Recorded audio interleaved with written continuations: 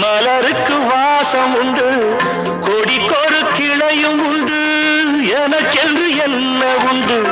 நிலவுக்கு வானம் உண்டு, மலருக்கு வாசம் உண்டு, கொடிக்கொரு கிளையும் உண்டு, எனக்கென்று என்ன உண்டு?